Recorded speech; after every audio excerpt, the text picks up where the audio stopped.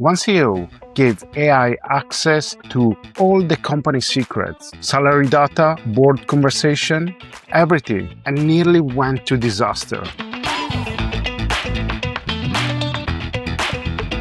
I went through the full all-in GTC interviews with 4 AI CEOs and pulled what these CEOs have said that every founders miss. Stay until number 3, that one changed everything. All-in podcast with Jason Calacanis live at Nvidia GTC 2026. Link in the description. 4 CEOs. Let's go! 35 billions 18 months. From crypto mining, here the exact structure. Let's go. And what I do with the box is I take my contract with Microsoft and I put it in the box. I go to Jensen and I buy the GPUs. I put it in the box. I take my data center contract. I put it in the box. And now the box governs cash flow. And it has a waterfall of cash flow that comes into it and goes out of it. And so the way it works is then I build the compute and then I deliver the compute to Microsoft and they pay the box. They don't pay me. Right. It goes into the box. And the first thing it does is it pays the data center. It pays the power bill. It pays the interest and the principal. And then whatever's left flows back to us. Right. And so it is an incredibly well-structured, time-tested, pressure-tested vehicle to be able to borrow money against client paper and all of the other collateral around the deal, which is why CoreWeave, which is a company that many people haven't ever heard of, was able to go out and raise $35 billion in 18 months to build infrastructure at scale. They also cut their cost of capital of 600 basis points in 2 years. But what's important to understand is the economics in this box are such that within 2.5 years of a 5-year deal, we have paid for everything. The principal's been paid off. The principal's been paid off. The interest has been paid off. The return into the box is such that we are able to generate returns to our company at the box level, right, which gives the most sophisticated lenders in the world, whether it's banks or private equity funds or whoever, confidence that they're going to be able to achieve the one rule of lending, which is give me my money back. Yes, and it works better when that happens. So they look at this box and they're like, wow, we're really confident we're going to get our money back. And maybe they want 10 boxes. That's correct. And then if any one box goes upside down, you can deal with it and it's not as acute. That's correct. And they don't cross-pollinate. They don't cause a contagion across the boxes. They're all independent and discrete. Take away your long-term committed revenue is your cheapest capital. Reduce lender risk and cost of capital falls. Build your box. CEO 2. 400 people against Google. Here how.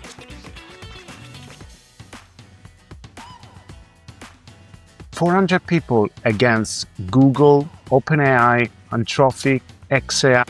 Aravind told Jason why they can be touched. One advantage we have that all these companies you mentioned don't have is the multi-model orchestration. We're like Switzerland. We don't have to have one horse in the race. If GPT wins, Gemini wins, Claude wins, Llama wins, it doesn't matter to us. Or even open source models can win, no problem. And you have them on the service. Yes. You have DeepSeek and Kimi. We have Kimi, we have Nemotron, and we have a lot of usage of Qwen, Alibaba Qwen, silently under the hood. So for us, like that advantage of being able to take the best in each model and give the user the orchestra of everything they can do, I don't think any of the companies you mentioned can do that. The moat is only half. The other half, speed. Our philosophy is like speed is our moat. Like, again, one of the things that big companies cannot do is move at the speed we do, serve customers at the speed and quality. It's very hard to maintain quality, speed, and trust at the same time. Yeah. Like Apple takes a long time to ship anything because they're very worried about people not trusting them. Yeah. And so some companies are bureaucratic and they just take forever to ship something. They don't maintain what they ship. They may make a big deal about an event, but nobody even knows how to go and use that feature. Yeah, they get abandoned. Exactly. So Perplexity has those advantages of being very small. And towards the end of last year, we found that like AI coding tools have made it much faster for us to ship things. Takeaway: can't outresource the big giant, outposition them. Find the slot they yet have to betray their own strategy to copy. Number 3 is the one I need myself. I made that mistake. When I connect AI to my business, I connected everything. 24 hours later, I realized I made a huge mistake.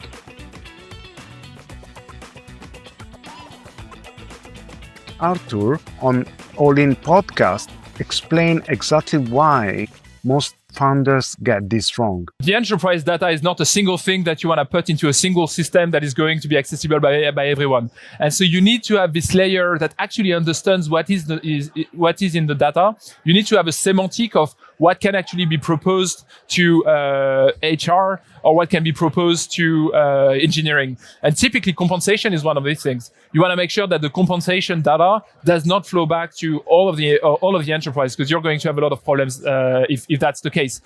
The fix, we call it the context engine. And so what you actually need, and which is hard to do, is what we call a context engine. So a mapping of where the data sits, that comes with a certain number of metadata that is telling you that this data is actually not accessible to this part of the company. And if you actually have someone in engineering that is asking for something related to comp, the thing is actually going to tell you, look, you actually can't access that data. Yeah. So that's hard. It's actually hard. You need to rethink entirely the way your IT systems are being connected. And at some point, you also need to think about your management, because your information flow is completely different today if you're connecting agents together with your data sources than it used to be. And suddenly, maybe you don't need that manager whose only purpose was to take information from the bottom and put the information on the top, etc. So there's some IT problems to solve, and you need the right primitives, you need sandboxes, you need role-based access control and these kind of things. And you have change to do. You need to rethink your entire customer service department, because suddenly you actually don't need that much transfer of information operated by humans. The takeaway: key question before connecting AI. What can everyone see? What is rule-gated? Should never be touched by AI?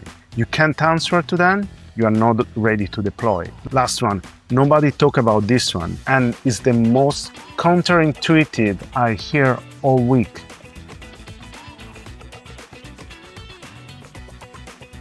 Everyone thinks cheaper AI means less demand. Daniel Roberts of IREN, 4.5 gigawatts of data center, told me that that's completely backward. So for us, the hurdle or the constraint is really time to compute. And that's emerging across the industry as well.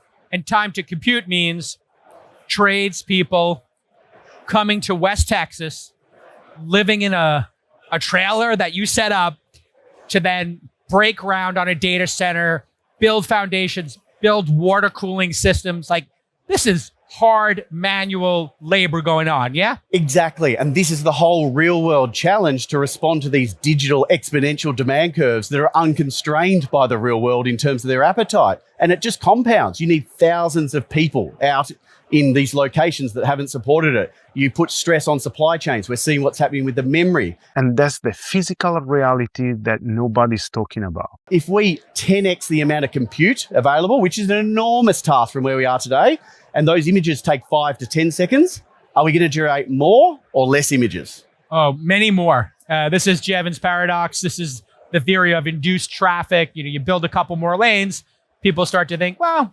maybe the distance from Bondi Beach to the central business district in Sydney terms would be an acceptable commute. Love the analogy. Takeaway: every time AI gets cheaper, demand explodes. The windows to build advantage is now. In 3 years, competitor will have the same advantage. Who learn first wins.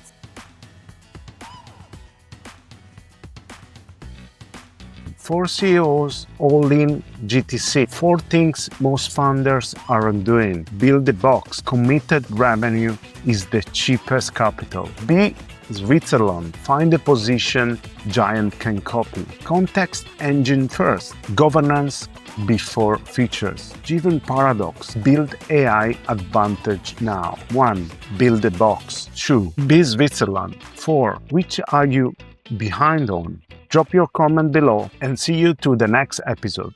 See you. Goodbye.